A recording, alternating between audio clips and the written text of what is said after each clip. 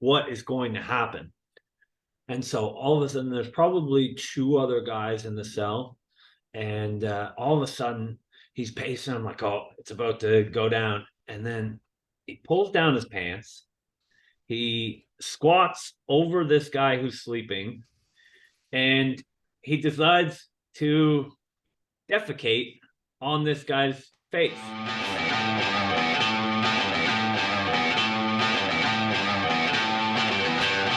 Three, two, one. Ladies and gentlemen, welcome to episode number 4 of The Weight of El Marco. We have a very special guest today, all the way from the wilderness of Canada, ladies and gentlemen, not to be confused with Wolverine, the gadfly of the sales space. Ladies and gentlemen, my friend and good buddy, and yours as well, if you're lucky, JD Daley. What's up, brother? How you doing, man? I'm doing well, bro. How are you? Good. Fantastic. Happy to be here. Thank you for joining me, man. Super stoked. So yeah, man. So before I came across you, I didn't know really a lot of Canadians, and I really thought that all you guys were essentially lumberjacks. And you've really broken that mold for me, right? I don't think I've ever. I know I saw you wear a flannel once. Seen you wear a flannel once, but I haven't seen you swing an axe. So my question for you, just right off the bat, you're originally from Nova Scotia area? That's correct. Yeah. Right. Okay. And so like when you were a kid, did you have to like chop firewood and all that shit? Like, or what was that like? No, I am a horrible Canadian in every sense of the term. I'm not very polite. I can't skate. I'm not a lumberjack. I don't mind the odd maple syrup, but it's not my go-to. I like a nice fruity compote, But yeah, I've kind of broken the mold, and then maybe I left on my own terms. Maybe I got exiled. I don't know. You'll never know. But I still have a passport, and that's probably the most Canadian thing about me, which honestly is a great passport, and probably the best part of being from Canada is everybody loves that passport. I bet, dude. I bet. When the second Gulf War was happening, and I had buddies going overseas, civilian buddies, to do the tourist thing all over the world. They were a little worried. I was like, just tell them you're Canadian, you'll be fine. That Yeah, was always the go-to cover story. absolutely. Right. Absolutely. So you and I have a lot of things in common. Mm. This would be come October will be 2 years that we've known each other. And one of the things that I've always wanted to ask you about is your experience as a bouncer. Mm. You and I have been bouncers before. Now, I don't know how tall you are. So if you don't mind telling the viewers at home, how tall are you? I'm around 6'3". Holy shit, dude. Okay, Yeah, I'm about 5'7". yeah, All right. So if you and I were on the bouncing team, here's my head, and there's your head, yeah, right about there. Okay. yeah. And what was your roughest experience as a bouncer? Oh man. Well, actually, like I was kind of a bouncer by accident in that my brother had a good friend that owned a security company. And so I was just kind of dicking around and didn't have much going on. And I knew that one, I was really at that time obsessed with learning. And so I'm like trying to figure out a job of like, okay, I don't want to pick a career and I don't want to do anything where I'm just exhausted and can't dedicate myself to improving, learning, self-development, all that stuff. So I was just trying to think of like what gigs I could do where I could kind of get paid just to be, you know, uh, awake basically, and then do something else. And I was like, security is perfect for that. And so basically, I knew this guy and he was hiring people. And I knew a lot of the shifts were kind of bogus. And I just said, listen, here for 3 months, I will take whatever shift you give me. You call me 20 minutes notice, I'll show up, I'll do 12-hour back shifts, I'll do whatever you want. But then I want to pick my own shifts. I want to pick what gigs, because I knew there was like these movie sets were a big one, like night shift at a movie set, because they need insurance there. and they have all this equipment. So you just sit around, drink coffee, read books, listen to audiobooks. So I was like, I want to get to that land, right? So I'm going to sacrifice myself for the first 3 months, right? And he took me up on that offer fully. Like Oh, he I bet. really the bounds. I did a 24-hour shift at a craft fair, and you can only imagine how hectic those craft fairs are. People think that security, like the rush shifts, are the ones where you're bouncing or you're having trouble with people. The ones is when you have to stand up and do nothing, and there's nothing going on because every minute seems like an hour and a half. So I did that for a little bit, and then I got actually, it wasn't even bouncing that was the hard part. The worst one was one of the busiest McDonald's in Canada. I had to do the night shift there, and that is horrible, horrible, horrible. That Okay. was more rowdy than the bar. Okay. So that what you just said is the funniest shit. The busiest McDonald's in Canada. Yeah, All right. yeah. So Go that's on. Go on. probably the most dead McDonald's in America. No shit. Okay. So what was the deal? Worse than rowdy bar. All right. You gotta tell me some more about this crazy McDonald's. Yeah, because I mean, at the bar, there's still this like somewhat order. Yeah, you get people drunk, but there's this kind of I want to have a good time, and a lot of people are mostly talk. So the majority of people, like I've always been fairly calm, and I learned from other people that like if you approach things in a calm way and use my humor and use my tools and kind of deflect and play the bad guy. Oh yeah, I want to keep you here. I think you're a great guy, but this manager is telling me we got to leave, but he said if we leave right now, you can come back, and you can always kind of deflect. Now, all the people who got removed, all the people who, wanted to cause a ruckus all night are now gathering, and they're hungry, and there's less rules, and they're less worried about consequence of, ruining the night or getting kicked out. And they all come to McDonald's. So that was definitely the rowdiest. We've seen lots and lots of fights, food fights, people throwing stuff. We had one guy slip and crack his head open, and like people are eating quarter pounders while he's like bleeding out. Of It was course. it was very hectic. Yeah. Of course. That Of was definitely course. the worst. I did that for 3 months, and then I got the padded gigs where, a lot of like construction. So if a crane is being rented, I got to actually just chill up in the crane and hang out. Oh, that's cool. Um, yeah, movie sets. I got to meet some cool people. Got to see Jerry Seinfeld. Uh, was his name Toby Keith? No, Keith Urban. That's the one. He bought me French Oh, fries. That was oh, kind no of way. cool. That's Uh, cool. Hillary Swank, Richard Gere. So Trailer Park Boys many times. One Oh, of that's awesome. my hometown classics. They're all from my hometown as well. So Oh, okay. Okay. I'm glad you brought that up. So how true to life is that Trailer Park Boys? Is that like pretty archetypal right there? Pretty stereotypical? yeah, I wouldn't say it's like the stereotype, but there are stereotypes. So obviously it's an expanded version, but you can find someone who is similar to each character in your hometown. Of course. Obviously, it's more of the exception than the rule, but definitely there's a certain area in my hometown where, I mean, especially J Rock, you can find many, many, many, many J Rocks that the local rapper type. Yeah, and a couple of Rickies every once in a while as well. I can imagine. I can imagine. It's the same. It's the same. Yeah, it's the same thing wherever you go. That's the funny thing about humans is that we're really not that different. We Yeah, just like to think we are. more similar than we are different for sure. Mm-hmm. Mm-hmm. Absolutely. Which leads me now to this next question that I have for you because here's another thing that we have in common: our mutual love for Alan Watts. Mm, Right now, yeah. when did you first come across him? Do you remember the day, the event, or was it just oh, okay, cool. No, very much so. I mean, I don't say it lightly, but I think Alan Watts saved my life in a way. I had went through some really great tragedy, and struggling with PTSD, which led to some really bad bouts of insomnia. And I was Mm, trying everything, you know. melatonin and Mm. lights and exercise and all the little tricks of the trade. And I could go 3 days without sleep, Oh my God. starting to play with my mind a little bit. And, I fought it for a long time. And, the frustration kicks in, and then you're burning more energy because you're like, "Fuck, I want to sleep so bad and I can't."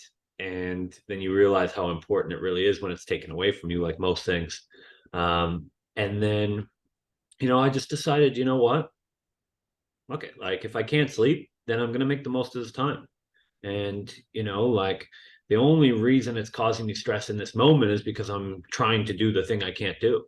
And so I just kind of embraced it against kind of most of the advice and tried to stay up and force myself to stay up and focused on, like, again, reading and learning.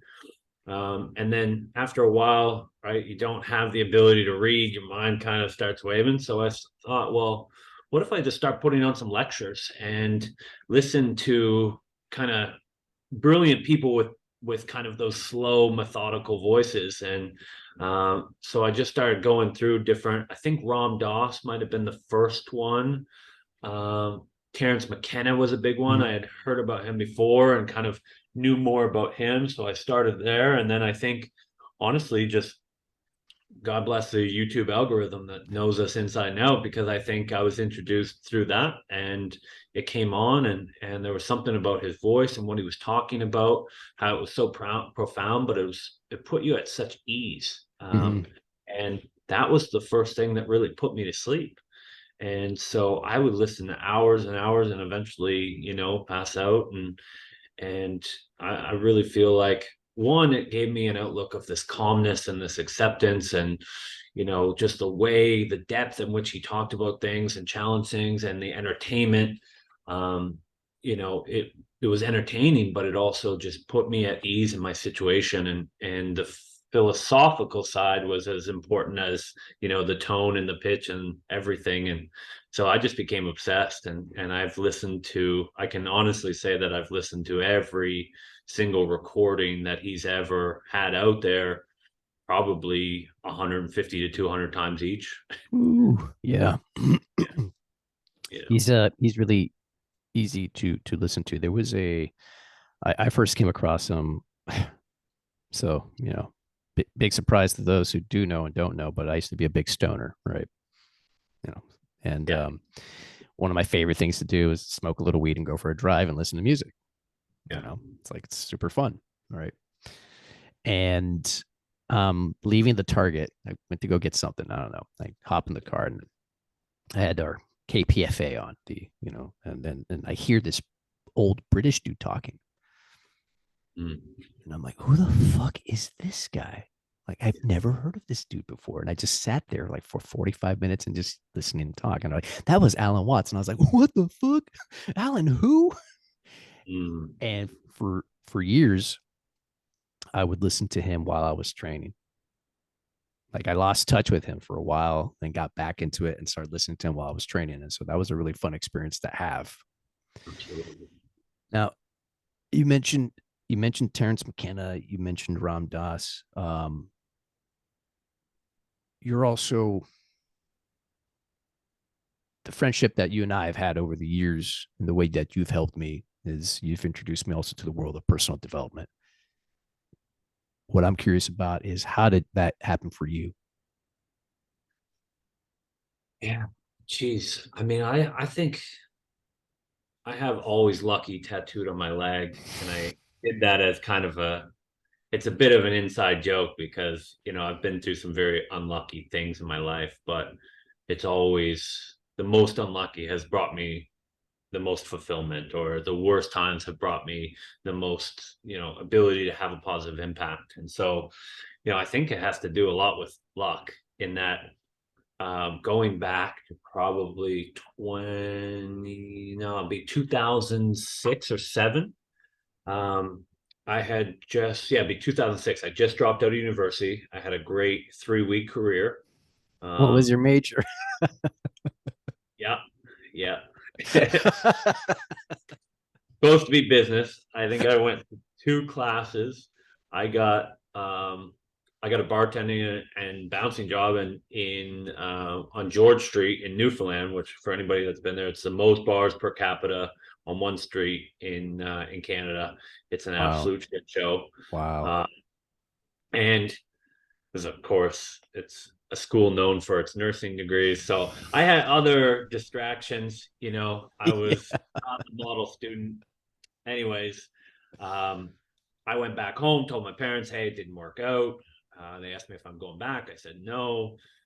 And they asked me what I'm going to do. And I just kind of, I stood and said, well, maybe I'll go out west. That seems like in the movies, something people say when they don't know what to do. So that's what I did. I went out west and I got a server job out there, hated it.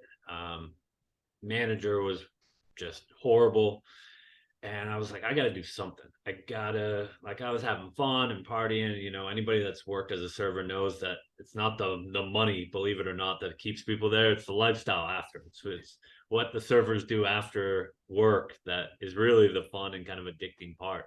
And so after a little while of that, and like I'm not going anywhere and I'm not doing anything, you know, I gotta to kind of revamp and so you know, I just went out and just started applying everywhere, old school, dropping resumes off everywhere, going. It was just the, you know, I don't know what, maybe Monster or some job site. And I just applied to like 200 jobs, being like, oh, well, I'll get lots of offers from this, right? Being a college dropout with no experience. And I worked at a gas station, was cleaner, bouncer, security guard, stuff like that.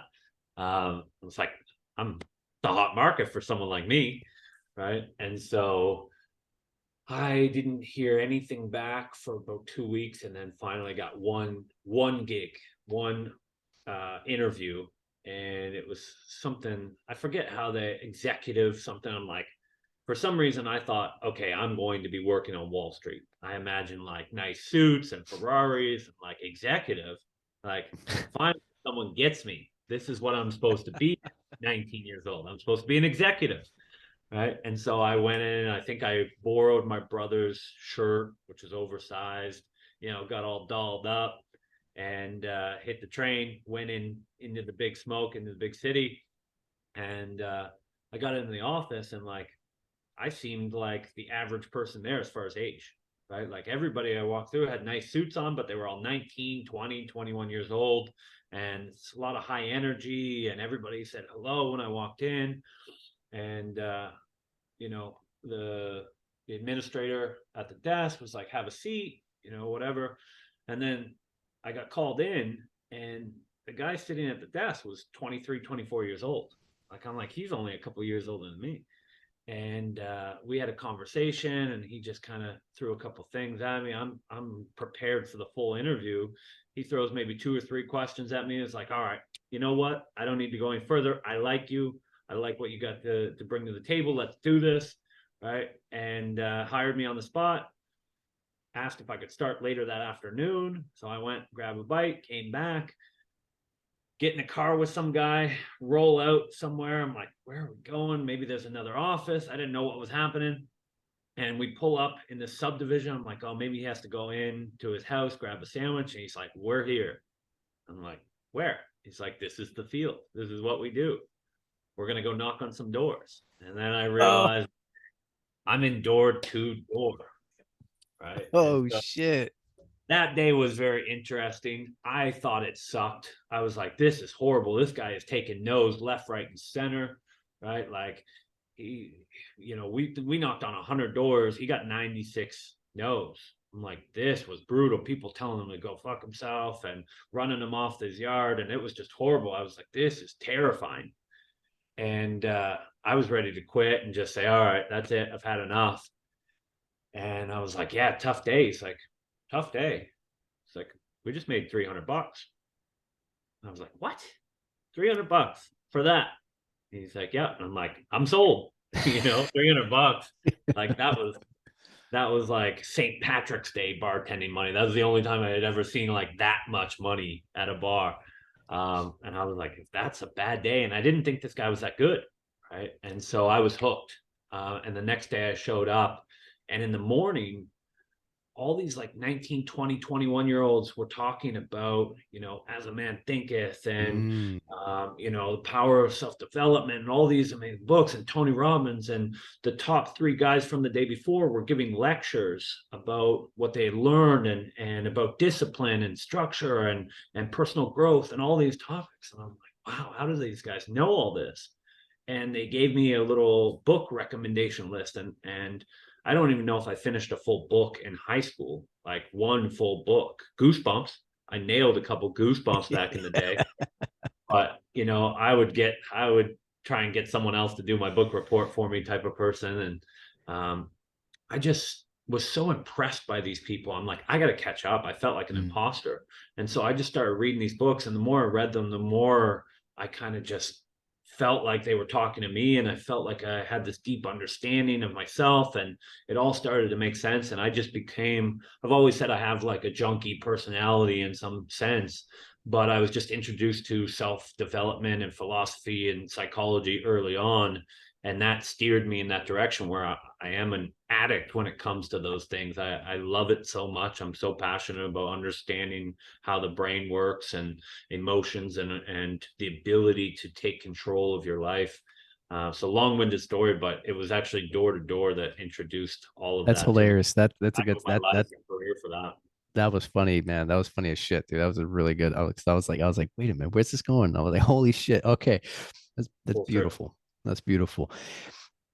Now, you Mm. mentioned St. Patrick's Day, Yeah. Yeah. Savannah, Georgia. Mm. They have this killer St. Patrick's Day party I that I've know been about. to. Yeah, I saw a reel of yours from back in the day that you shared. You had a quick story that I was there at that party years ago a couple times. That's an insane party. Now that's another thing too, is that the love of parties, right? And Mm. what parties are and what they mean, and just and not St. Patrick's Day, Savannah, George. That's a crazy ass party. Yeah. It's What's a the big one. craziest party you ever been to? Oh, my Or I goodness. should say one of them, the top three. It doesn't have to be the, because every party's going to be fucking different. Yeah, Savannah was pretty crazy because it's just so many people. It's And insane. there's an edge of danger, and definitely an eclectic mix of people. I actually seen one girl take the side of a face off a guy with her heel, like What? stripped his cheek. Basically, Mm. it was like he had gills after. See, Um, people don't realize fucking heel. A heel is a oh ooh. yeah, that's stiletto to the grill. Mm. Yeah, it's a rough one. So that one was just wild, and I was young, and I was kind of naive, and just kind of lost in the enthrall of and the impact of it. And so it was a crazy one as far as overall impact. Probably my favorite party is, I would have to say it holds a special place in my heart, but it's the after party, or the pool party in Antigua, Guatemala. So imagine this hollowed out pool with, maybe 1,000 people. It's not a big party, but it's every Saturday.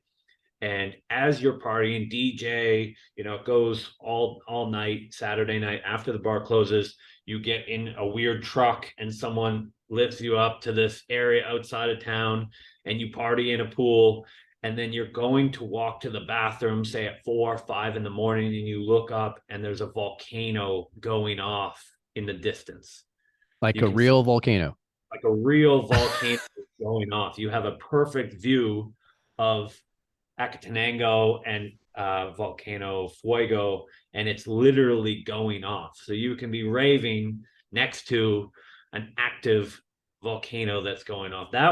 That and just the camaraderie of I was at a hostel bartending with friends, and we just had this close knit group. That was probably the most memorable and most fun.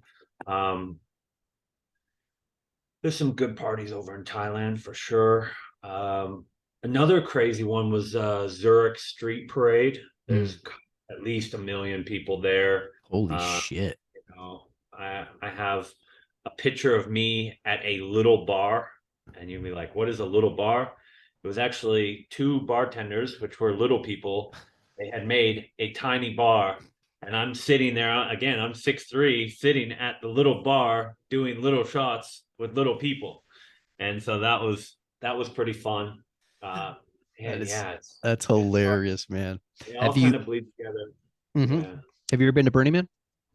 No, I haven't been. I Wow, haven't that's been. that's you got to go, man.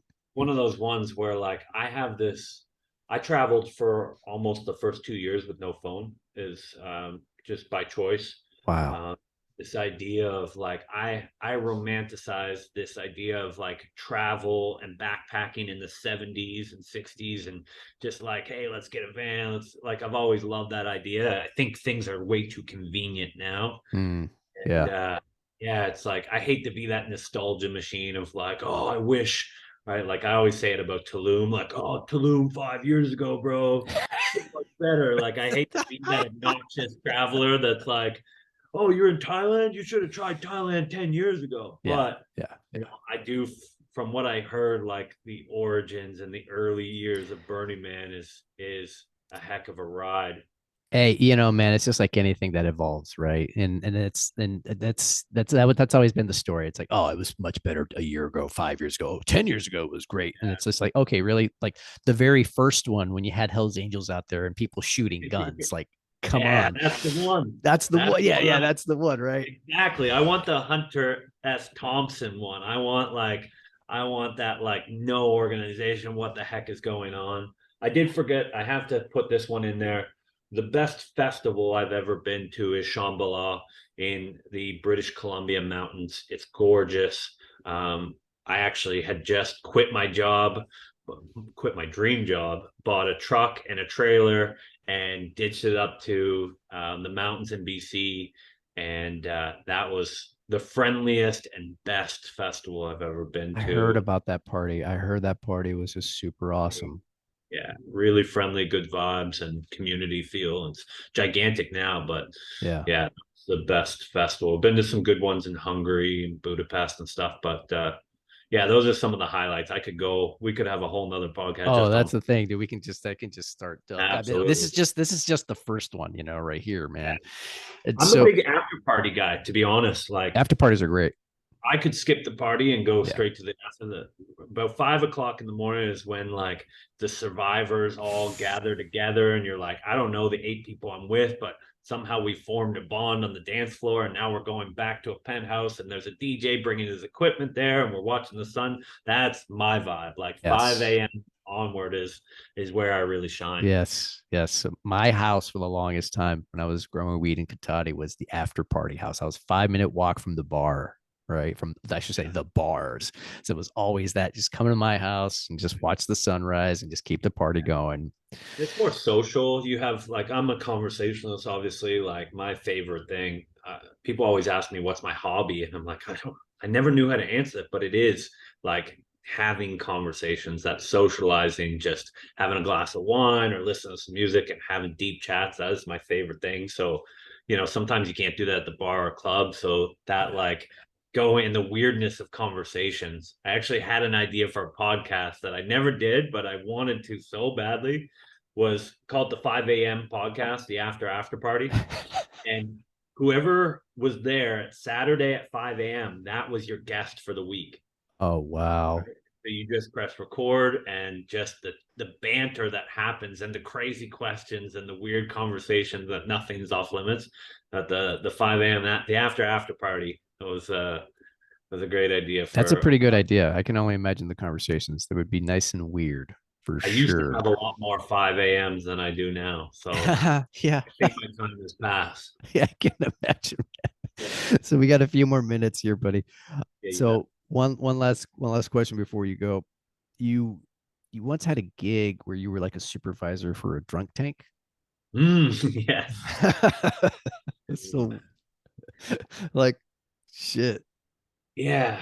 So after that security gig, um, I moved up north with my brother, and I was working as I forget what the name was. It was something commissionaire. I was a commissioner at I don't think the technical term is drunk tank, but that's basically what it was. It's a holding cell for one criminals who weren't being released before they go to court, right, to be sentenced. But the majority of it was people that were, drunk, needed, they call it dip, drunk in public place, Mm-hmm. right?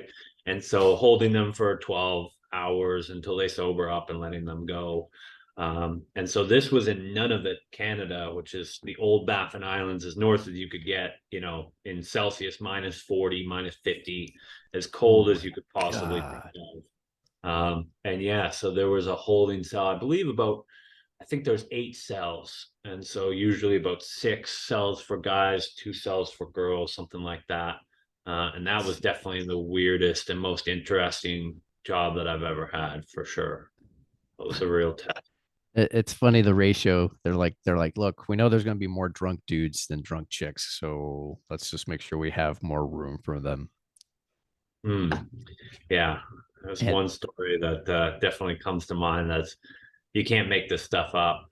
I don't know where you're sharing this, so I don't know if you know, it's you know where I'm going to share it. It's going to be on Facebook, right on my feed. So it's up to you whether you want to share it or not, or we can talk about it later. I think we probably could. This is a weird one, but whatever. We can throw it out there, and if we have to bleep a couple things, not so bad. But okay, so it's probably so the best point of the drunk tank is the goal is to get everybody to pass out. Right. So you don't rile them up, you don't feed into them. You want everybody to pass out so that it's quiet. Yep, that's what it is. Because then there's no problems, right? Like everybody's rowdy and everybody has a lawyer that they're going to call, and you know what I mean? They're all yelling and you're gonna, whatever, right? But probably around 3 or 4 a.m. things start to quiet down. And so everybody had just kind of gone to sleep. And I get this guy that comes in, we book him and put him in a cell, and I see him just pacing. I'm like, oh, what is this guy gonna do? Like, I can't do anything either. Like, all I can do is, like, it's attached to police officer, so I can't do anything, right? And so I'm sitting there watching. I'm like, oh, is this guy gonna stir up? Is he gonna be loud? We just got everybody to sleep. What is going to happen? And so all of a sudden, there's probably 2 other guys in the cell, and all of a sudden he's pacing. I'm like, oh, it's about to go down. And then he pulls down his pants. He squats over this guy who's sleeping, and he decides to defecate on this guy's face. Oh my And you God. would think that is the pinnacle of the story. But what happens next stays in my brain rent free. And I think of it at least once a week. So, like most would, the guy who's sleeping wakes up in shock and springs up into the guy's cheeks. He springs up Oh my right God. into the guy's cheeks.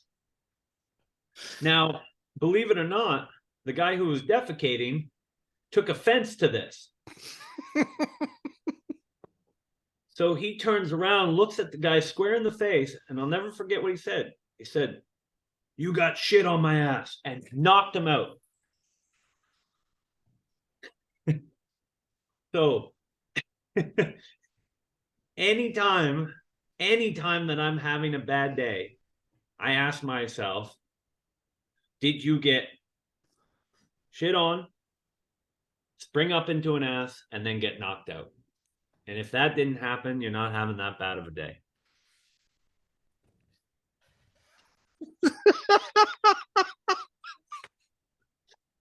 Ladies and gentlemen. That was fucking epic. Oh my God. Wow. We're gonna end it on that because Yeah, good way to end it. that's a great way to end it. Oh, all right, buddy. I'm gonna stop the recording here, ladies and gentlemen. Once again, the great JD Daley. This has been another episode of The Way of a Marco. Life lessons here, guys. Share it with your kids. Okay. Yeah. All right.